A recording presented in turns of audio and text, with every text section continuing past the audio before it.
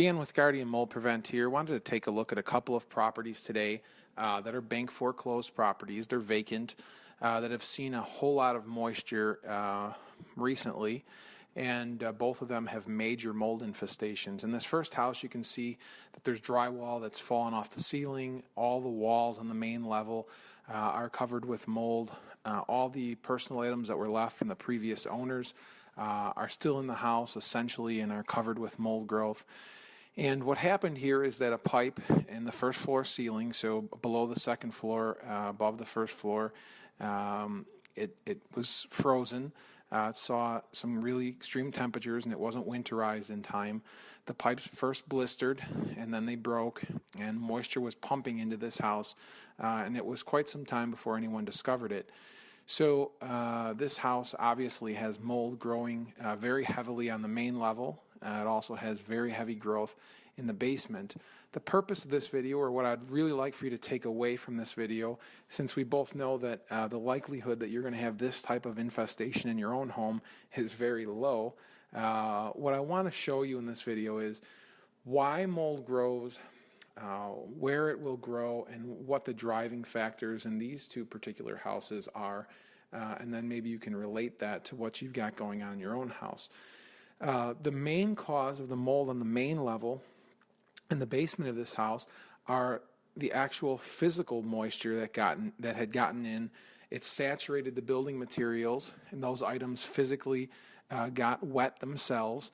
They sat for a long time, and because they're high cellulose content products, they're a very good food source for mold.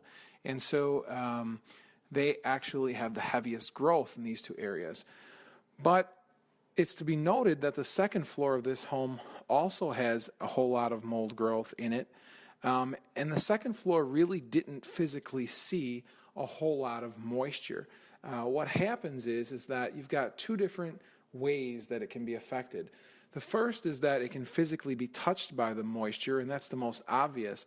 But then you've also got high humidity content in the air that will also drive mold growth in any given space. So in your own home, if you've got a leak in a wall, you've got a tub that overflowed, you've got a window that's leaking, you've got a basement that's finished and it's got some seepage from a foundation crack, what you're going to find is that the mold in those areas is only going to grow as far as the moisture physically touches the cellulose material. Now, granted, you might have a wall that gets wet and 6 inches up from the ground, and you'll have mold growth, a foot up, but that's because the drywall is soaking that moisture up like a sponge, and it wicks up the drywall. And if you've got anything against the drywall, it can actually wick the moisture up even further. But in areas like a second floor or even a basement that is unfinished, you may find mold growing on the deck of the underside of the first floor. And there has been no physical moisture that's actually touched those surfaces. Then you've got to look at moisture content in the air. Now we're looking at a different house altogether here. This particular house is located in Des Plaines, Illinois. The thing to make note of is that you're going to see that there's extremely heavy mold growth in this basement on the walls. About 6 inches of moisture got in, it wicked up the wall quite a bit. But you're going to notice that the higher up the wall we look, the less dense the mold growth is. And that's because the moisture got in, it physically touched the base of this wall, and it wicks up the wall, and you get very heavy growth on the lower portions of the wall. But because the moisture sat for quite some time, and there's carpeting here, which is notorious for just holding that moisture, and it actually helps drive a lot of the terrible smell because it's so porous, and the padding is so porous. The humidity content in this basement over time, because there was so much water down there, was extremely elevated. And so the upper portions of the wall get the growth too, because the moisture content in the air.